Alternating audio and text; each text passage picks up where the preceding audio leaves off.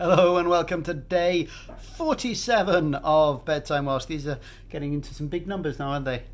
And today, if you got through the nightmare of yesterday, then you're going to be very happy because this is a nice, easy day. Just going to give you a new word. And the new word for today is to like.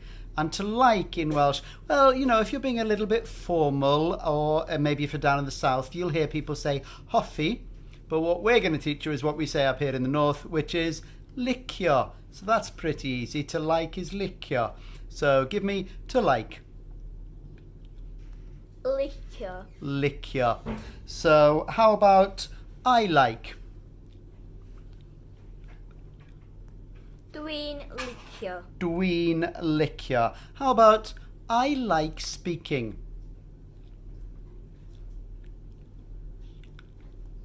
Dwi'n licio siarad. Dwi'n licio siarad. Okay, how about I like speaking Welsh?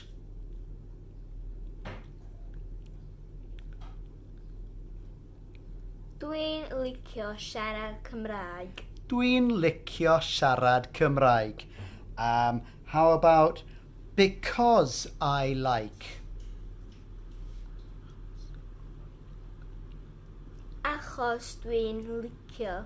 Achos dwi'n licio. And now to wrap it up for today, how about because I like speaking Welsh?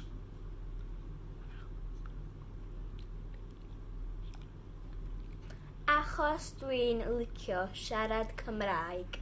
Achos dwi'n licio siarad Cymraeg. Da iawn ti, da iawn.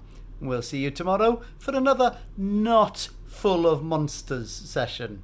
Hwyl am y tro. Ta!